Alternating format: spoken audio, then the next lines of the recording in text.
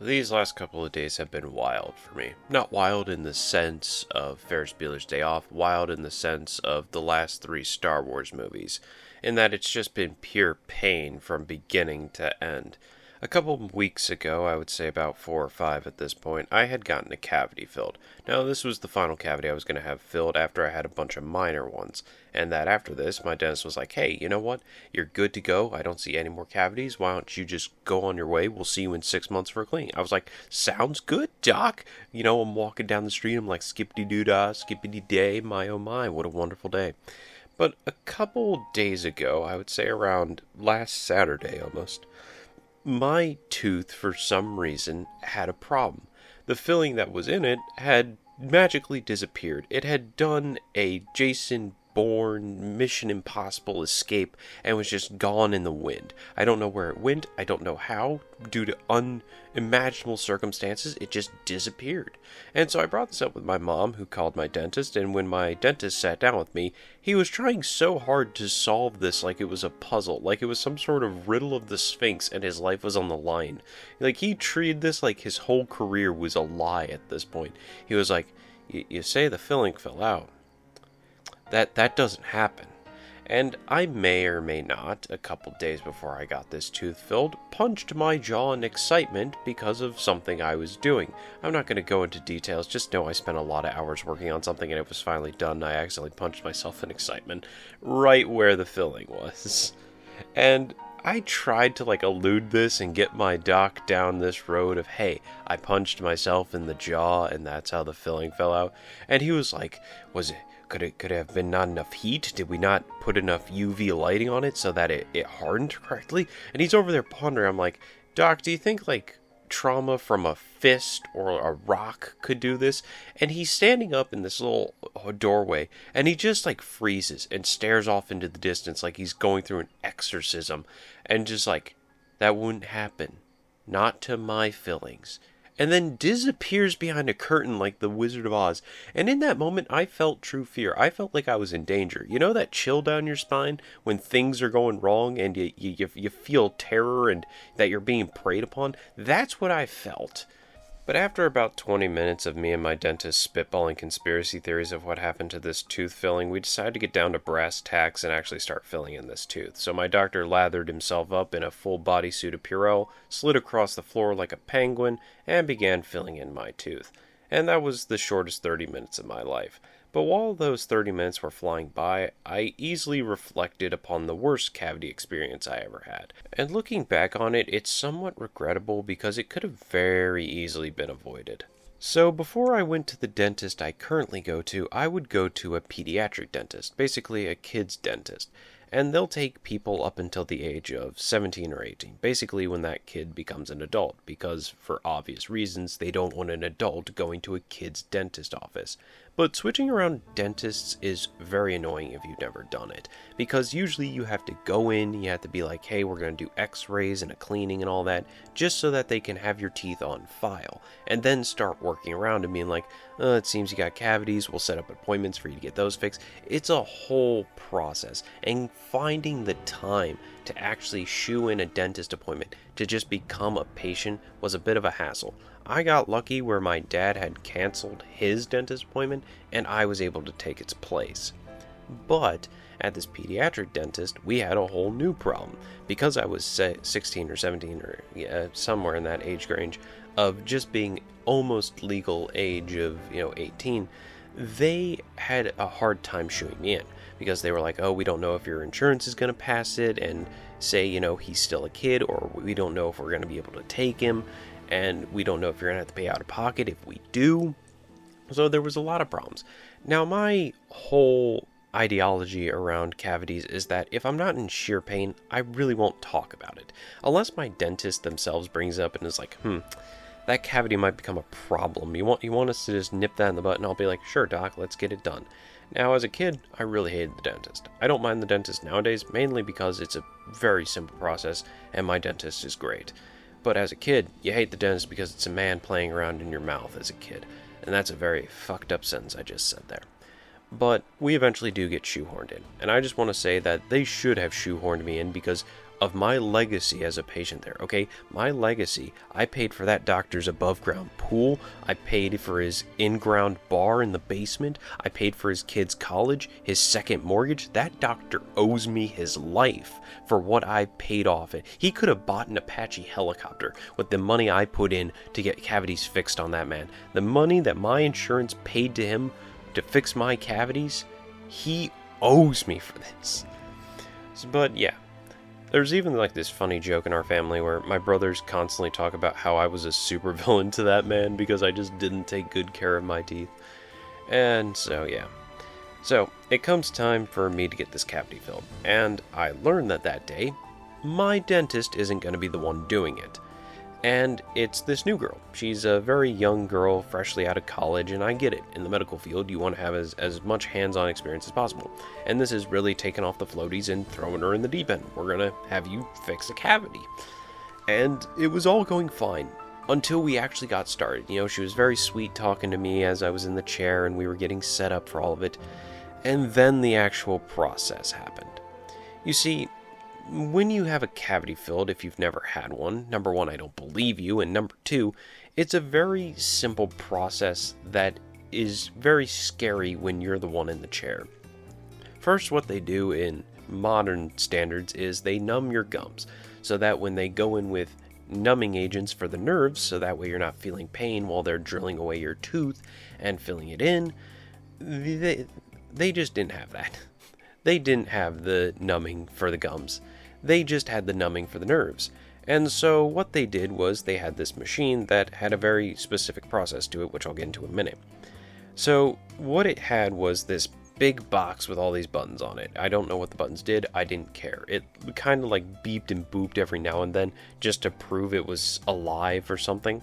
But it had this long rubber hose come out of it that was very thin, and it came to a rubber tip that you had the needle in, and the needle itself was also very thin. It was a very microscopic needle, and what you were to do was you would put this needle in the gums, as you would, as you know, it seems very obvious, and then this process of how this machine worked in 3 steps.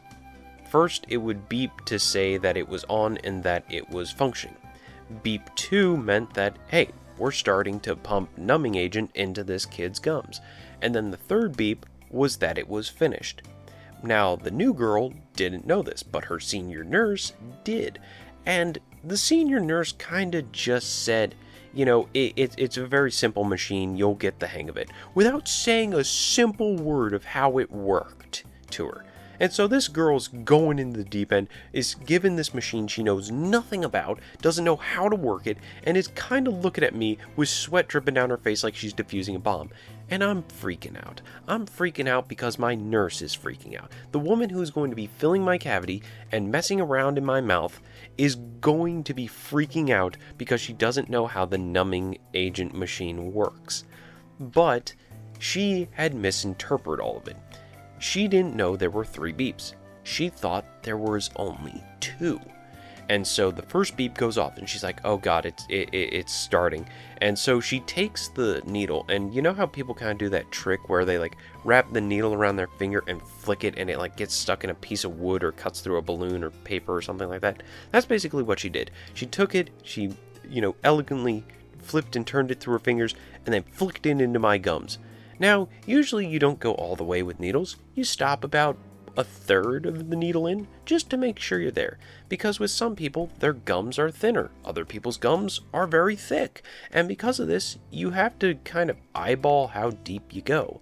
Now, even though no numbing agent is being administered at this point, I'd like to bring you up to date on something I had recently learned about my mouth. Apparently, when it comes to doing dental work in the back of my mouth, where, unlucky for me, that's where the cavity at my pediatric dentist is located, my gums or nerves in my mouth near the back aren't that good, or my gums are too thick, and because of this, it's hard to administer numbing agent to each individual tooth because of how thick my gums are. And so, what my dentist in modern times has done is do what's called a dental block. And believe me, we got to using a dental block a lot longer than it should have taken us. Like, we poke and prodded at my nerves like we were playing a game of Operation for like an hour and a half before he was like, you know what, we need to do a dental block.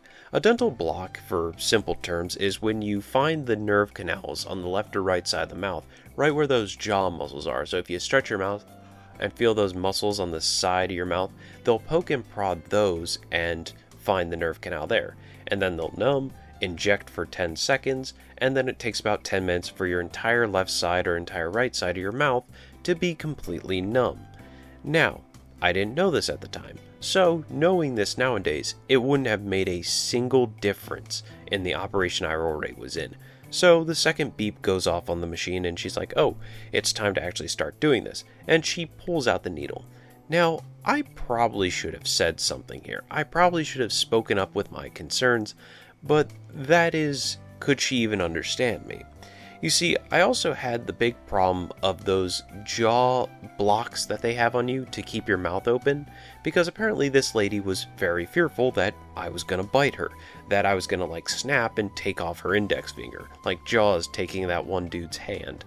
And so I had these blocks in my mouth, so I could only really make sound effects, but at least from the sound of sound effects, you should be able to tell if someone's in pain or not. And so I'm like, sound like Darth Vader having a stroke, hoping that she'll like look over and be like, is everything alright? And I'm just like, no, everything's not alright. I'm not numb. You didn't use the machine right. Lady, I'm scared. Please coddle me. Okay. So, here I am, blocks in my mouth. I have the armrests of the chair gripped so tightly that I am almost afraid I'm going to rip the leather right off this bad boy. And what I went through for the next 30 minutes of my life was pure black site prison torture. Like, you know those things the FBI does to terrorists off the record? This felt like one of them. And I sat there and contemplated, should I continue trying to get her attention, or should I just let her do the thing she's doing right now, which is prep for getting rid of this cavity? And it's kind of like the difference between, do I live with this cavity a bit longer where I'm in pain, or do I get it solved through a lot of pain? It's kind of like going hungry or eating the shrimp at a strip club. It's one option or the other. Both is a losing option in my case. And believe me, I wanted nothing more than to rip those stupid blocks out of my mouth and tell her something wasn't right and that we needed to take a step back and assess the situation as a whole. But it was too late. My screams were drowned out by the revving and humming of that drill she used to annihilate my tooth with. You know the Tsukuyomi from Naruto, Itachi's jutsu where he traps you in an eternity of torturing that feels like it's going on forever but is only a couple of seconds? That's exactly what I felt in that moment. Those 30 minutes felt like 30 years. This was pure black site prison torturing at its finest, and there was no way to stop it. I sat there and white-knuckled this entire thing. And just as I thought it was over, it had only just begun. Because you see, the poor girl had decided to get a little trigger-happy with my filling, and didn't just fill in my cavity, but the gap in between my teeth as well. And when the senior nurse comes in and checks on us, I still don't understand why the senior nurse wasn't there the whole time. Like, this could have easily been avoided had she had just stayed there. If we had gotten my original dentist, why God did it have to be me of all people? But the senior dentist comes over and she like looks over at my teeth and she's like, oh, you accidentally filled in the gap between his teeth. Make sure that doesn't happen next time. As I'm sitting there, it's like that scene from My Hero where Deku's falling and he's like, I'm sorry, All Might. I'm sorry, Mom. I'm sorry I failed you all. That's what I felt. I was sitting in that chair like, I'm sorry, Mom. I'm sorry, Dad. I wasn't the greatest son in the world. I tried my best. I couldn't help but fail. Now, I missed the whole part where they were talking about fixing my tooth gap because they had accidentally filled that as well. I was trying not to pass out at that point from pain. I learned this after the fact talking to a third-party nurse outside the operation room. Now, as I'm sitting there, I'm really trying not to black out. I'm in a lot of pain. If you've never white-knuckled a cavity filling, don't try it. It's not worth it. And so I'm like trying to force my body to move as I'm in like a sleep paralysis state of just trying to get up. And as I'm like inching closer to get up, I'm like, yes, Freedom's on the precipice. I got this. The young nurse grabs me by my shoulder, kind of like lays me back in the chair, and hits me with those 4 dreaded words. We're almost done, hun. And I sat there and screamed eternally. I was sitting there because I knew I was about to be in more pain. Remember, I'm not numbed at this point, and what they did, it didn't make a damn difference if they numbed me or not. So, when you're getting rid of a filling, there's various tools you could use, but what they decided to use was like this little mini jigsaw. It was about the size of a razor blade, and what they did was they just jammed it up in there and started rubbing it back and forth to get rid of the filling. It's not that bad because, again, the filling's not actual tooth. It doesn't have a nerve, so it's not going to hurt when it's gone. Except it does hurt when she goes plus ultra and beyond the filling and starts sawing at your gums to the point where you're bleeding. And would it surprise you at this point she didn't stop there? She kept going because she wanted the 100% completion bonus on getting rid of every speck of her mistake. She wanted it so that only me, her, the senior nurse, and God knew of her mistake where she accidentally filled in my tooth gap. And after 10 more minutes of sawing, she was finally done. She unwedges the saw from my tooth, pats me on the shoulder, and says, "You're good to go." And I kind of just sat there contemplating life. I didn't sit up, I just stared at the ceiling and felt my eyelids growing heavy. And in that moment, I forced myself to move. I had white-knuckled a cavity filling. I had white-knuckled someone sawing away at my gums. This is the sort of stuff you actually see in the Saw movies. These are the traps that Jigsaw sets up. But it was happening all because of one small cavity. And it wasn't even a cavity that was that serious. And I still remember, as I'm leaving, I go out and I turn right and I get my dental supplies from the front desk because they always give you like a small bag of toothpaste, floss, and a toothbrush as you're going. And I remember as the nurse who was at the front desk handed it to me, she looks me in the eyes and go, "You feeling alright? You don't look too good." And I just go, "I'm fine." As I go to my mom and I'm like, "Let's go home." I don't think I regained full consciousness until I got home and recalled the whole thing, knowing that it wasn't a dream and I actually lived through that. So kids, the moral of the story is, never in your life try to white knuckle a cavity filling. If you're not numbed up, tell your dentist. Tell them immediately. Because to this day, I see that as the biggest regret because I could have very easily avoided it. But at the same time, you wouldn't have this cool story for me to tell. So, thank you everybody so much for watching. If you made it this far, thank you, I appreciate it. Hope you have a great day.